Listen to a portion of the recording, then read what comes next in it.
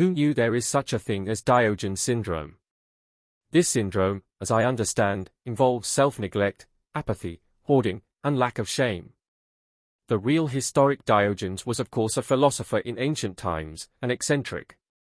Most famously, in anecdote, he walked around the city in the day with a lamp, looking for a man, or looking for a human. Which I will take here as looking for a man of truth.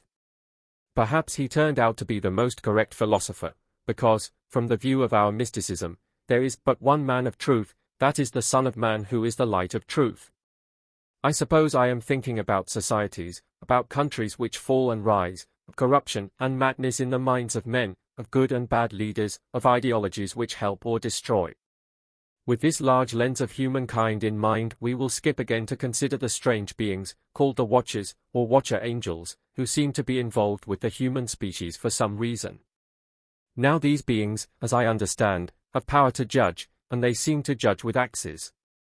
We recall a Watcher Angel using an axe to cut down the tree of Nebuchadnezzar, in the book of Daniel. I read, recently, an account of a man of God who encountered one of these Watcher Angels, who had an axe in his hand and was ready to cut down the tree of America. I don't understand these things, and I wonder why these beings did not readily cut down an oppressive tree such as the Soviet Union, which lasted in its devouring destruction for decades. Or was the rise of the tree of the Soviet Union the result of its former tree being cut down, and withered? And hear the line from the poet Swinburne, and knows not whence it withers.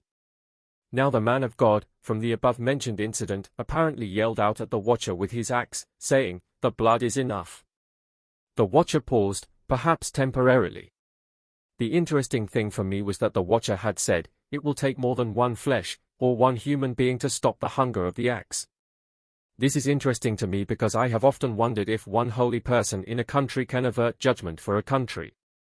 Apparently there is a requirement of a group of people, though I am not sure how that works.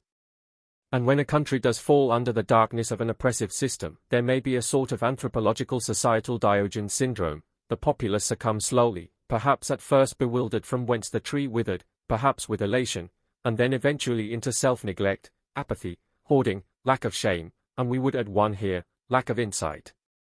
Logic disappears in the population. Now if the blood is enough, there is still a requirement that the blood passes through a small group of humans, and is exerted by them. This group must be able to stand in the spiritual dimensions, as intercessors, by also having the stature of being. Because authority over the future of a country, and the actions of the hungry axe depend not on authority alone, but surviving the test of stature of being. And all standing is tested, and if the stature of the person survives, then the enemy succumbs, with penalty.